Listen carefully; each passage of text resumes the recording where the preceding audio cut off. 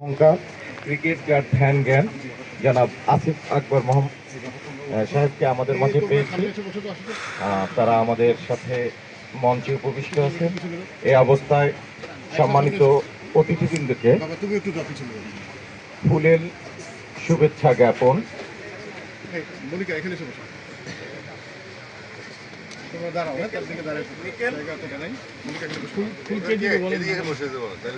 এটা centre wicket দিয়ে কিছু করে ফিট ভ্যালু দিয়ে করা যায়। মানে প্রথমে চারদিকে ড্রেনে যখন আছে কিন্তু বন্ধ হয়ে আছে, পানি যায় না, নিষ্কাশন হয় না। ওটা আমরা উইকেটের আশেপাশে কিছুটা চেষ্টা করে করতে পারছি।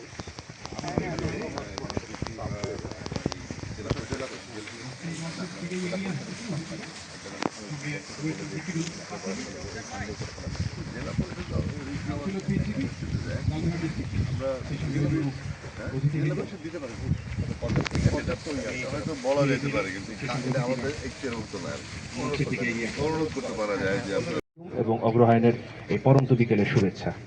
আসলে আপনাদের বক্তব্যের মাঝে আমরা এতক্ষণ অনেক ক্রিকেট যারা খেলেন, খুদে খেলোয়াড় যারা লালমনিরহাট জেলা তথা পুরো বাংলাদেশের সুনাম বয়ে নিয়ে এসছেন, তাদের কথা অনেক শুনেছি।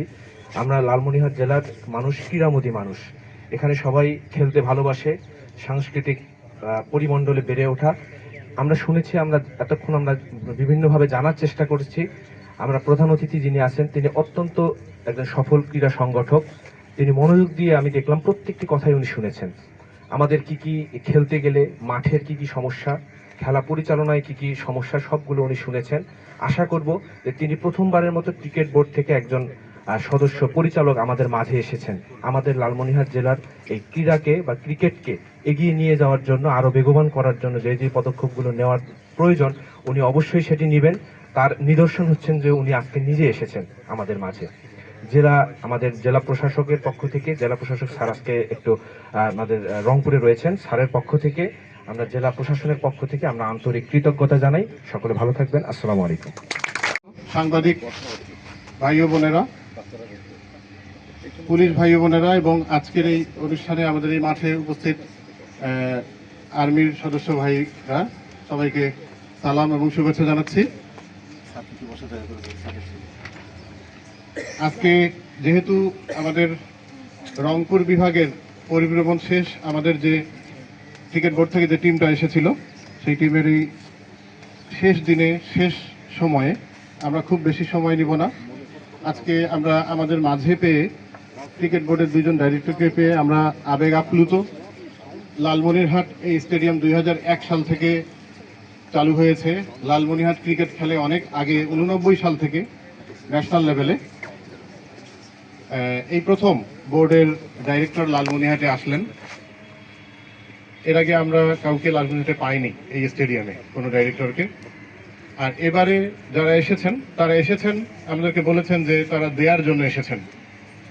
তো আমরা আশা করব যে আমরা লালমনিরহাটের ক্রিকেটে যে ঘাটতিগুলো আছে তাদের মাধ্যমে আমরা আজকে জানাবো, তাদেরকে আমরা জানাবো। আমি যে স্মারকলিপিটা দিয়েছি আজকে অতিথিবৃন্দের হাতে, এটা অনেক বড়, এত বড় পড়তে গেলে অনেক সময় লেগে যাবে।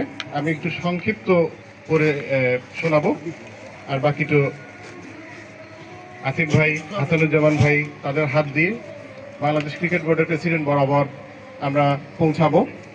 গত 9 এবং 10 নভেম্বর ঢাকার সোনারগাঁও হোটেলে যে বাংলাদেশ ক্রিকেট কনফারেন্সটা হয়েছিল, সেই ক্রিকেট কনফারেন্সে রংপুর বিভাগের পক্ষ থেকে আমার সুযোগ হয়েছিল বক্তব্য দেওয়ার। সেখানে আমি কিছু কথা বলেছিলাম, যে কথাগুলো ক্রিকেট বোর্ডের প্রেসিডেন্ট এবং ডাইরেক্টরবৃন্দ সকলেই খুব মনোযোগ দিয়ে শুনেছিলেন, এবং বক্তব্যের পরে তাদের সাথে আমার কিছু কথা হয়েছিল। তো সবকিছু মিলায় আমি সেই রেশ আজ টানবো না।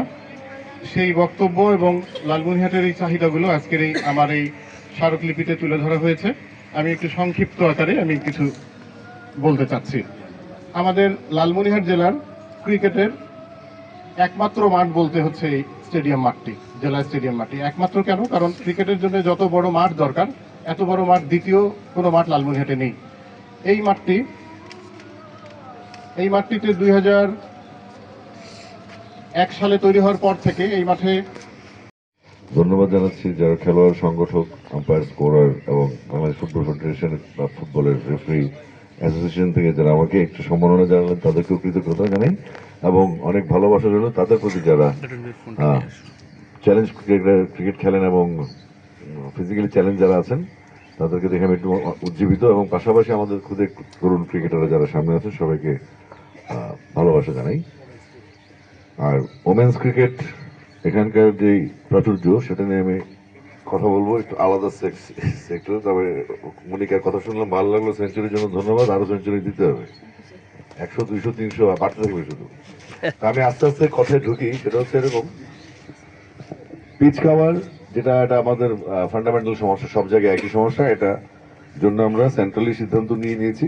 তারপর নেট বক্স, কংক্রিটের পিচ, সাইড স্ক্রিন এটা করা সম্ভব। আর ক্রিকেট ইনডোরটা একটা গবেষণার বিষয়, কারণ হচ্ছে আমরা এখানে জায়গা, সেটার পরিচর্যার জন্য যে পরিমাণ লোকবল লাগবে এবং এটার মেনটেন্যান্স, যেহেতু প্রায় 3 কোটি টাকার একটা ইনভেস্টমেন্ট এখানে আছে এবং এটা আমরা সম্ভবত যাচাই করি এরকম ভাবে যেন 3টা জেলার ক্রিকেটাররা এখান থেকে ফ্যাসিলিটিস পায়। কারণ আমরা হয়তো বাংলাদেশে 10টা ইনডোর ফ্যাসিলিটিস এবছর করে ফেলবো ইনশাল্লাহ। তো আমি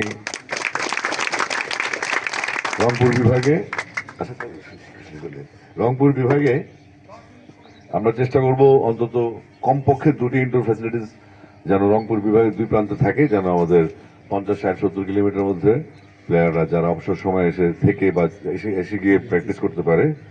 এটা একটা কোটার মধ্যে আমার আছে, হয়তো 3টাও হতে হইতে পারে, এটা যদি 8টা জেলা আছে। এবং রংপুর বিভাগটা অনেক বড়, আসলে জেলা সংখ্যা কম হলেও বিভাগটা অনেক বড়। তো এটা আমি মাথায় রাখলাম এবং এটা আমি গিয়ে কালকে আমি আমাদের ডিসি বস আমিনুল ইসলাম বুলবুল সাহেবের সাথে একটু আগে টেলিফোনে মেসেজ দিয়েছি যে আমি রংপুর নিয়ে কালকে বসতে চাই। কারণ আমার নিজস্ব চালচলনে একটু আমি সোজা চলি এবং খুব শর্ট টাইমে চলে, যেন ওই লাল ফিতার দৌরত্ব বা চিঠি চালাচালি এগুলো আমার ভালো লাগে না। যেটা হবে বলে দেন, না হলে বলে দেন, মানুষ আশা নিয়ে বসে থাকবে, সেটা আশা ভঙ্গের কোনো কারণ হতে আমি চাই না। এবং আশা করছি এইগুলো ছোট ছোট ডিমান্ড, আলাদা ড্রেসিং রুম মেয়েদের জন্য, আমি মেয়েদের জন্য সবচেয়ে গুড নিউজ নিয়ে আসছি আমি এই কারণে, এই যে আমাদের যে এই ড্রেসিং রুম ছেলেদের আছে বা ছেলেরা ইউজ করে, সেখানে হয়তো ওয়াশরুম নেই, এগুলো ঠিক করা যাবে। আর মেয়েদের ইস্যুতে হচ্ছে মেয়েরা আমাদের খুব ফুটবল এবং ক্রিকেটে আমাদের মেন্স লেভেল থেকে অনেক ভালো পারফরমেন্স তাদের আছে এবং অনেক সময় আমি ফেসবুকে দেখি আমাদের মেয়েদের ক্রিকেট, মেয়েদের ফুটবলই ভালো। এটা আমাদের জন্য ইন্সপায়ারিং, ছেলেদের জন্য লজ্জার কিছু নেই, ইন্সপায়ারিং, কারণ ছেলেদের ইস্যুটা একটু আলাদা। তো আমাদের এখনকার বর্তমান বিসিবি ডিরেক্টর যিনি নারী উইং এর চিফ রুবাবুদ্দোল্লা, তিনি আমাকে স্পেশালি বলেছেন, আমি তো অত ঘুরতে পারবো না, আপনি ঘুরছেন যেহেতু, আপনার মাধ্যমে আমি মেসেজটা দিতে চাই ক্লিয়ার করে যে আমাদের মেয়েদের কোথায় কি লাগবে, তারা যদি স্কুলে ইনস্ট্রুমেন্টস বা গিয়ার্স চায়, তারা যদি খেলতে চায়, তারা কিভাবে খেলতে চায়, এগুলোর সম্ভাব্যতা কি, সেগুলা আমি যেন জেনে আসি। আমি অনুরোধ করবো আমাদের বিভাগীয় কোচ, আমাদের লোকাল যারা কাউন্সিলর আছেন, বিশেষ করে জিকরুল ভাই যেহেতু লালমনিরহাটের দায়িত্বে আছেন, এখানকার ছাত্র প্রতিনিধি এবং অ্যাডক কমিটি সবাই, তাদের কাছে অনুরোধ থাকবে আমাদের মেয়েদের ক্রিকেটের জন্য কি কি ধরনের ফ্যাসিলিটিস লাগবে, তাদের ডিমান্ডগুলো কি, এগুলো খুব সুন্দরভাবে ক্লিয়ার করে ফিউচার নির্ধারণ করে তাদের জন্য আলাদা ড্রেসিং রুম, তাদের টুর্নামেন্ট ফ্যাসিলিটিস, তাদের কি কি সমস্যা আছে সেটা সর্বোচ্চ প্রায়োরিটি আমাদের কাছে আছে এবং আমাদের কাছে পর্যাপ্ত ফান্ডও আছে মেয়েদের জন্য। এবং আমরা বান্দরবান, খাগড়াছড়ি, রাঙ্গামাটি দিয়ে শুরু করে উত্তরবঙ্গ সহ মোট 11টা জেলা ভিজিট করলাম এখন পর্যন্ত। এই বিষয়ে আমাদের কোনো ছাড় নেই, যে মেয়েদের আলাদা ড্রেসিং রুম অত্যন্ত স্বাভাবিক, কারণ তারা অনেক রক্ষণশীলতা, অনেক সামাজিক ব্যারিয়ার পার হয়ে তারা এখানে আসে এবং তারা আসাতে আমাদের যেটা হচ্ছে সেটা হচ্ছে আমরা একটা সামনের ভিত্তিতে একটা যে দেশটা চাই, সবার অংশগ্রহণের ভিত্তিতে দেশটা চাই, এটার জন্য আমরা মেয়েদের জন্য প্রয়োজন আলাদা উইকেট তৈরি করে দেওয়া হবে। তারা যদি মনে করে তাদের জন্য প্র্যাকটিসের জন্য আলাদা উইকেট দরকার, হার্ড উইকেট দরকার, আমরা টাফ উইকেট দরকার, আমরা এটা করে দিব, অসুবিধা নেই, বক্স নেট সহ। আর ওই গ্রুপ একজন তুমি কোন উপজেলা থেকে আসছো জানো? কালীগঞ্জ। হ্যাঁ, কালীগঞ্জের আর একটু আসে ফিজিক্যালি চ্যালেঞ্জ যারা, তারা থেকে বলতে চাই বিসিবিতে ফিজিক্যাল চ্যালেঞ্জের জন্য নতুন কমিটি হয়েছে। আপনাদেরকে অনুরোধ করবো আপনারা আমাদের মেম্বার সেক্রেটারি আরমান ইসলাম নয়নের সাথে দেখা করবেন, যাওয়ার সময় বা ফোন নাম্বার নিয়ে নেবেন। আপনাদের সাথেও কাজ করার আগ্রহ আছে বিসিবি ব্যাপকভাবে। সুতরাং আপনারা দুশ্চিন্তার কোনো কারণে আপনার টুর্নামেন্ট বা কি কি ডিমান্ডস আছে আপনারা বলবেন, ইনশাল্লাহ ফিল আপ করা হবে। এখন আমরা এই জন্য আসলাম সরজমিনে তদন্ত করতে আপনাদের কি লাগে। আর এবার আসি আমরা মূল কথায়। মেয়েদের বলটা আমি ঠিক জানতাম না যে এরকম, এটা তো খুব জরুরি, কারণ সেটা গ্রিপের বিষয় আছে বল। তো এটা তো আম গাছে ঢিল মারা এক জিনিস, সাইজ একটা হইলো, কিন্তু খেলার সময় তো বলের শেপ ঠিক থাকতে হবে।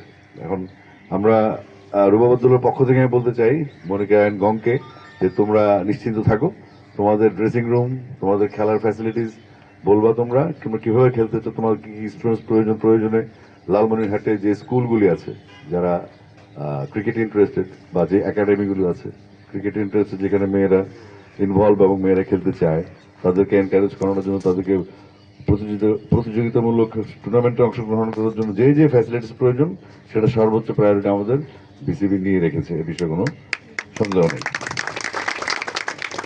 আর এবার আসি মূল কথায়, সেটা হচ্ছে আপনাদের গ্রাউন্ডসের যে ইস্যুটা।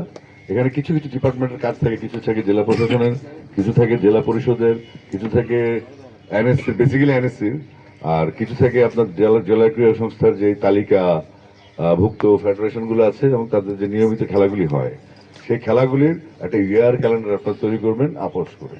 ফুটবল কখন হবে, ফুটবলের সাথে কথা বলবেন, ফুটবল কমিটির সাথে, তাদের সময় মতো প্রয়োজন আপনারা সময় নেন।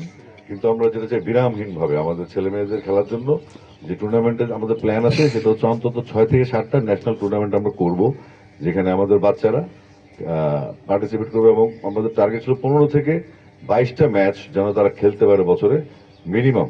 তারপরে তো উপরের দিক আছে, সেই সাথে 12 মাসের মধ্যে 8 মাস আমরা আমাদের প্লেয়ারদেরকে খেলার মধ্যে রাখতে চাই। এই 14, 16, 18 পরে 19 ক্রস করার পরে আমরা 21 এবং 23 গিয়ে একটা ভ্যাকুয়ামে পড়ে যাই, আমাদের ট্যালেন্টরা আর থাকে না, ওরা ইউনিভার্সিটি ঢুকে যায়, পড়াশোনা চলে যায়, ক্যারিয়ার বিল্ড আপে চলে যায়। তারা হয়তো ঢাকা লিগে সুযোগ পায় না, সুযোগ পেলে ইন্টারেস্ট পায় না, লোকাল লিগে টাকা পয়সা নাই, অনেক অনেক ডিসকারেজের মধ্যে ফ্যামিলি থেকে সাপোর্ট পায় না, ওরা খেলাধুলা থেকে হারিয়ে যায়। অথচ আমাদের ক্রিকেটে কিন্তু ব্র্যাড হজের মতো এক্সাম্পল আছে যে